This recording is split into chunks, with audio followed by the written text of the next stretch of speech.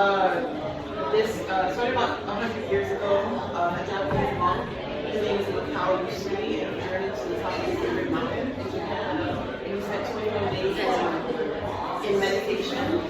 And at the end of that meditation, the divine revealed to him healing symbols that are connected to universal life force energy. He did not create universal life force energy, but he helped to create a system to help practitioners connect to it and to heal others with it. For anyone who is experiencing unidentified pain, check out the book, The Body Keeps the Score. It's a book that describes how sometimes when the mind forgets the trauma, the body holds on to it, and it does. That's why exercise is important, yoga, Reiki, which is why I decided to become a Reiki healer, because I myself had traumas within the body that I forgot. It's important to pay attention to the music that you're listening to today.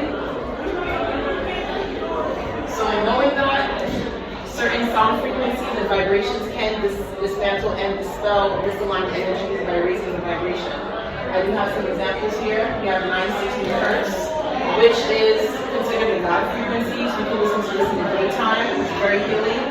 639 Hertz does help to heal the heart chakra. You can listen to this overnight, especially because when you're doing any heart chakra healing, doing it during the daytime, you have to go to work. You don't want to be in sad energies or release energy, so at nighttime is best. Violet flame along with angelic frequencies are very similar. They're great for healing the environment. So if you're someone who really cares about your neighborhood, you can have that speaker playing outside the window. And that can be very powerful.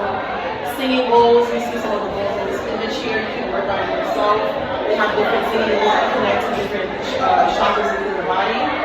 Wind instruments and drums, they help to open up portals. Okay, not only do they do healing, but they help to connect you with your ancestors. They help to raise the vibration of the space.